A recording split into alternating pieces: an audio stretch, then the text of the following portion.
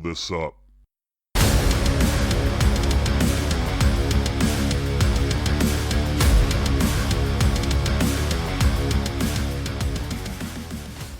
Look alive, Bomb Squad. We are here for a special edition of Let's Blow This Up. I'm your host, Jason Sircone, and today I am joined by the one and only Cassie Burkich. What's up, Cassie? Hey, what's up, Jason? One and only. I love it. That's right. The one, the only. And it's good to have you back. For our longtime listeners here on Let's Blow This Up, you may have remembered swinging to the sweet sounds of Cassie's voice on season 1 of Let's Blow This Up.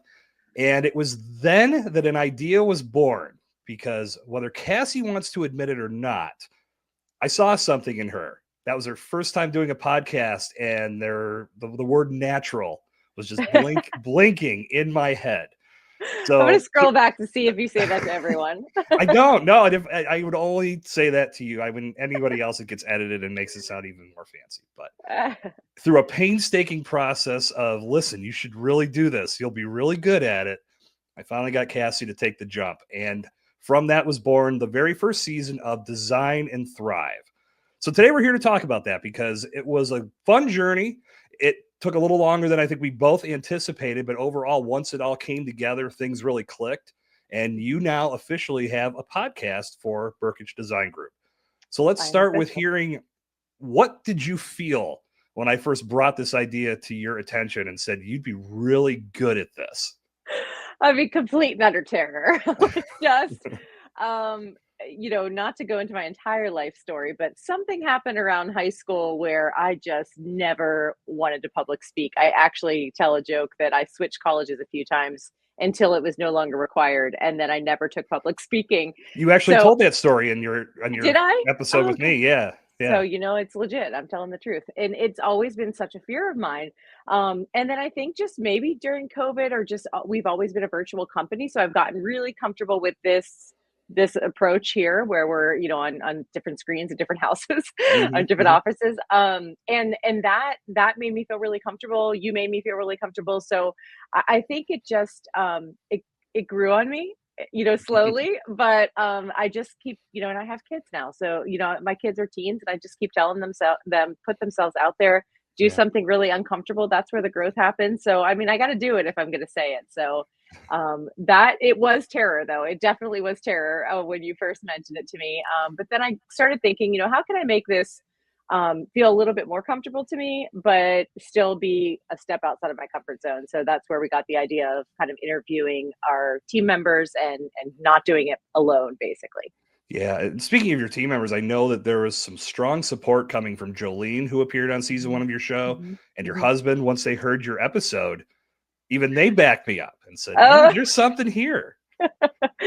Well, they are 2 of my biggest fans, so that was they a lot of people. I think Chris, even he was on the show, and he's a member of our team, and he actually just told me the other day, he's like, I just binged the entire season on my drive out to Baltimore, and he's like, I love it, so I think you guys are probably telling the truth. You're probably not blowing smoke.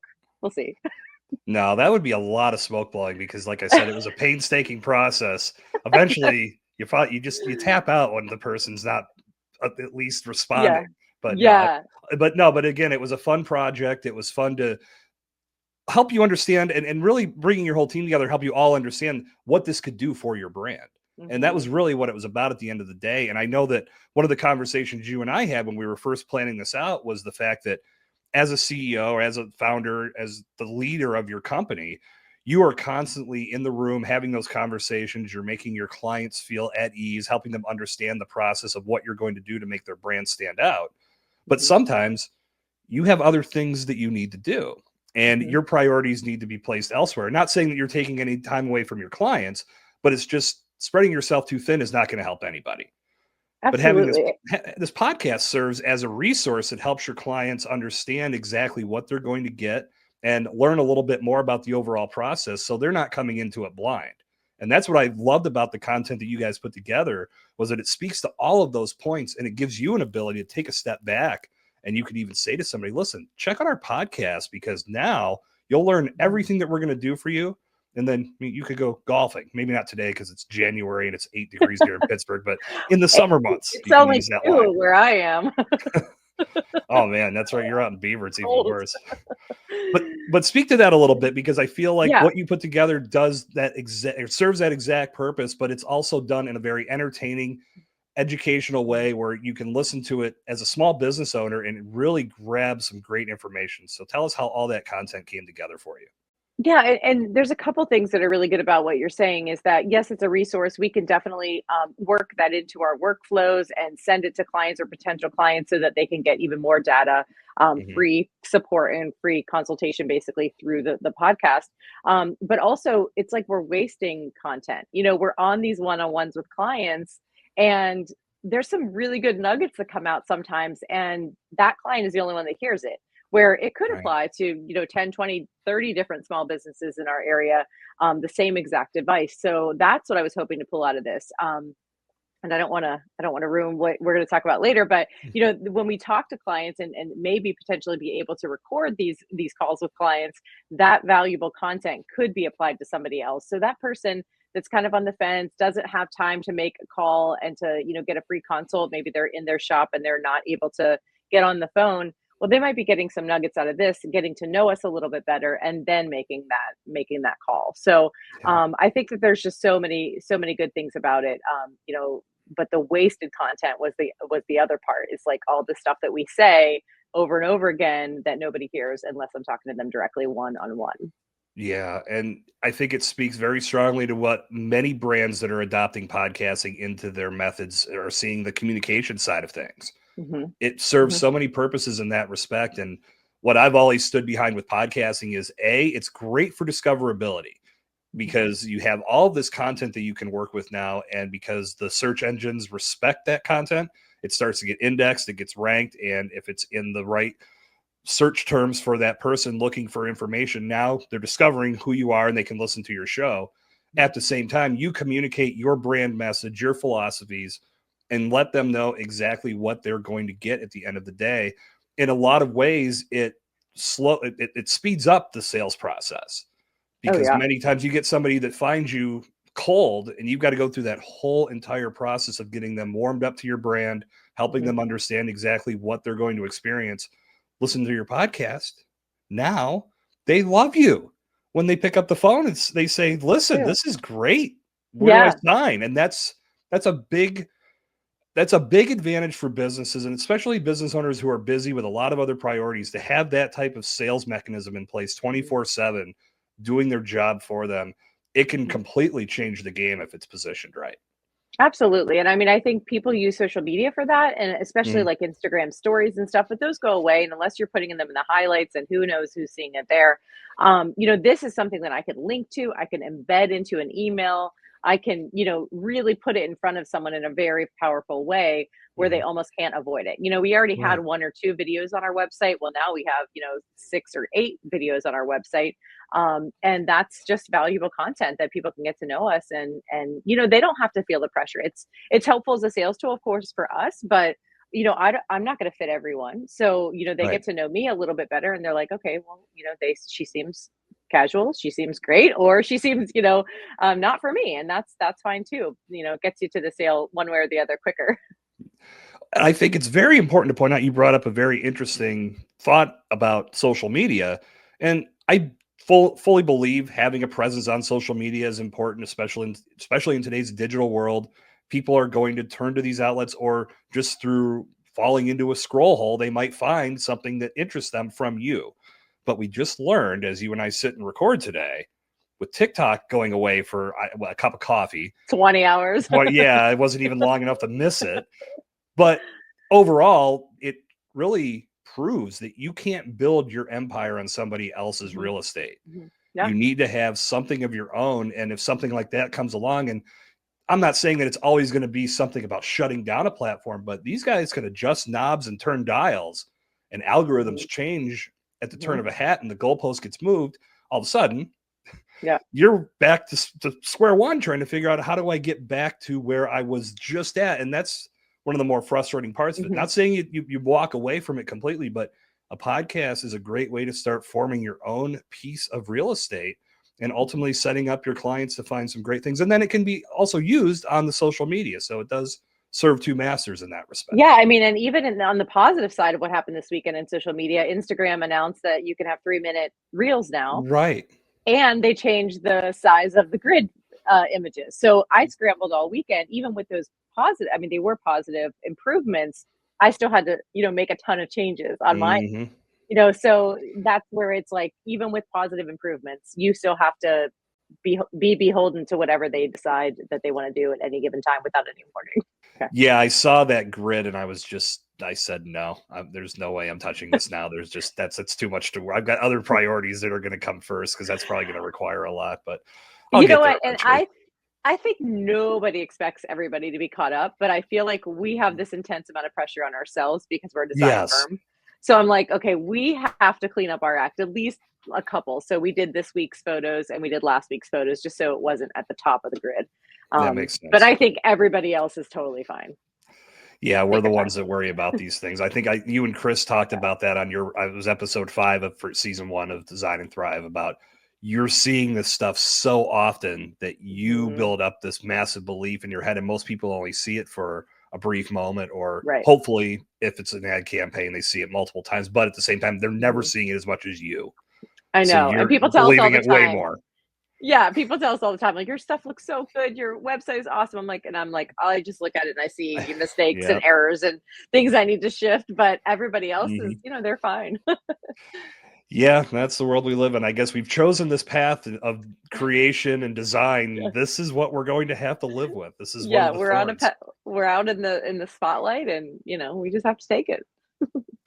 So let's talk feedback. So the show has been live. We went live December 30th. So you and I are here about 21 days later. And so far, so good. At least it seems. Yeah. People that I talked to said that they like what they've heard. How about you?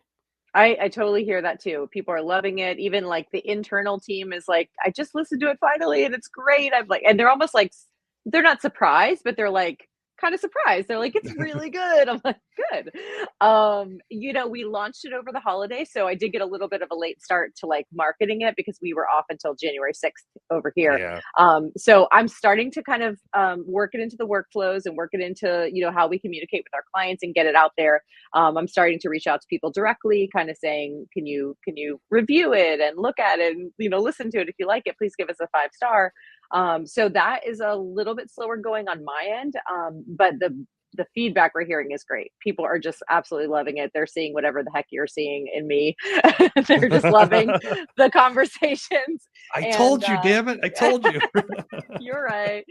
I know. But I mean, it's our brand, because I am our brand because I built this thing. So, we're casual, we're professional, we know what we're talking about, but we're never going to make you feel stupid. We're never going to make you feel like you've missed out or you didn't do something or you fell behind. So I think that's the conversation that we're having on the podcast, just casual, two friends hanging out, talking about things that matter, that we know a lot about, but it's very casual and approachable, and hopefully doesn't make you feel like a dummy. Well, you landed on a key word there, conversation. And that's something that I wanted to compliment you and all of your team on, because I know when we started each episode, that was something I mentioned to each of you. Listen, this is just a conversation like you have every day, whether it's with each other in internal meetings or with clients. You're talking about something you love, just have some fun with it. Yeah. And you guys absolutely embodied all of that, because every episode, everybody was so relaxed, had great information that they brought to the table, even with the roundtable discussion, the rapid fire session where you had 3 different people. Sometimes those can go a little off the rails just because some people try to talk over one another, but you guys did it so perfectly.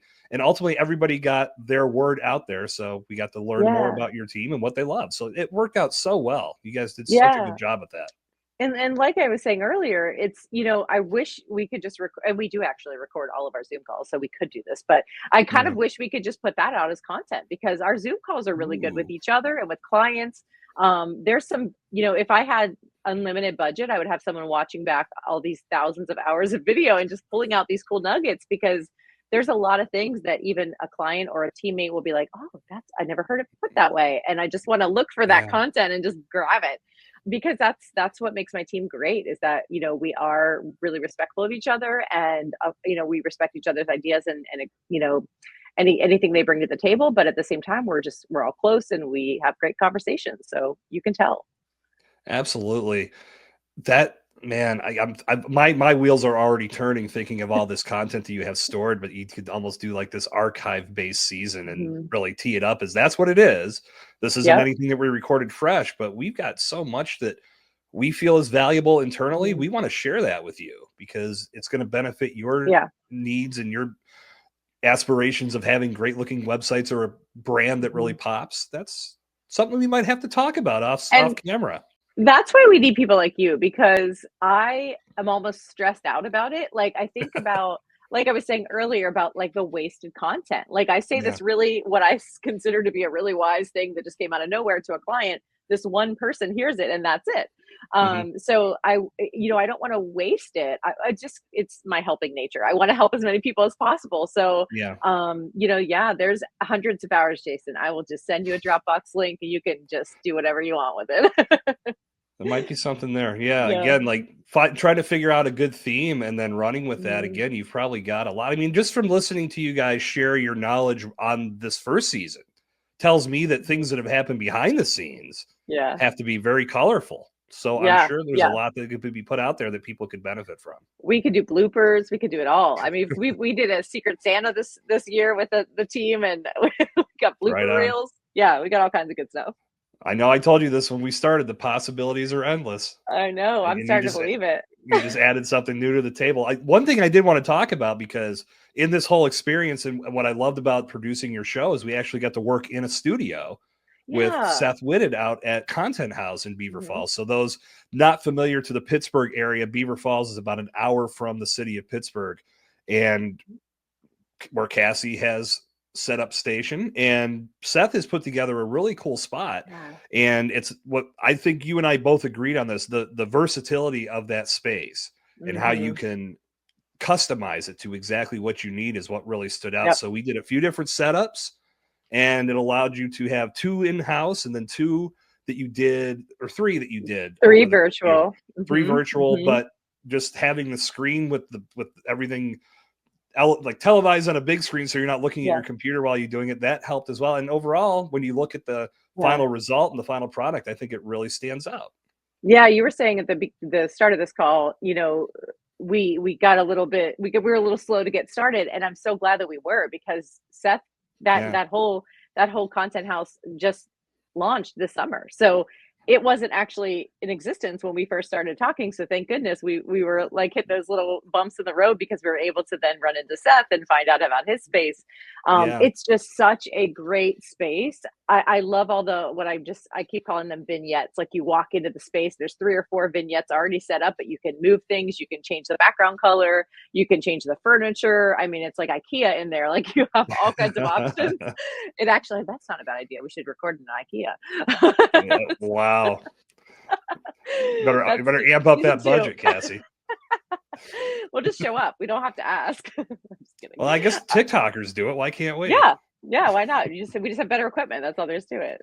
But his space is just so awesome, and he has such a plethora of knowledge and tools and all of the the things that you can rent, the cameras and the sound equipment and things like that. So it was perfect. It was a perfect marriage of the 3 companies, yours, mine, and his, and I just love that space for podcasters and everyone else. Yeah, and I know we've been there. We were there for his grand opening, and people were there recording and making content, just very on brand. But like, again, that's one of the things that stood out to me was the flexibility and the ability to make it look exactly like you want. Now, I'm not taking anything away from the studios that only have one setup, because those are very they're very usable, they're very professionally built, but that customizability, if that's a word, I'm coining phrases here. Sure. That one, that studio definitely stands out as something you can really use for a lot of things. Yeah, you can't look at it immediately and say that was Content House, because you would never know. Exactly. So I'll make sure in the show notes I'll include a link to Seth's site so you can check out what he has available. And more than likely, when we go to season 2 of Design and Thrive, we'll be tapping Seth again and saying, "Hey man, we got to come in. We're coming, knock knock." That's right. Well, unless we go archive mode like we were talking about. Yes. Then maybe we'll do both. We'll see what happens. Lots to plan here. Like I said, possibilities are endless.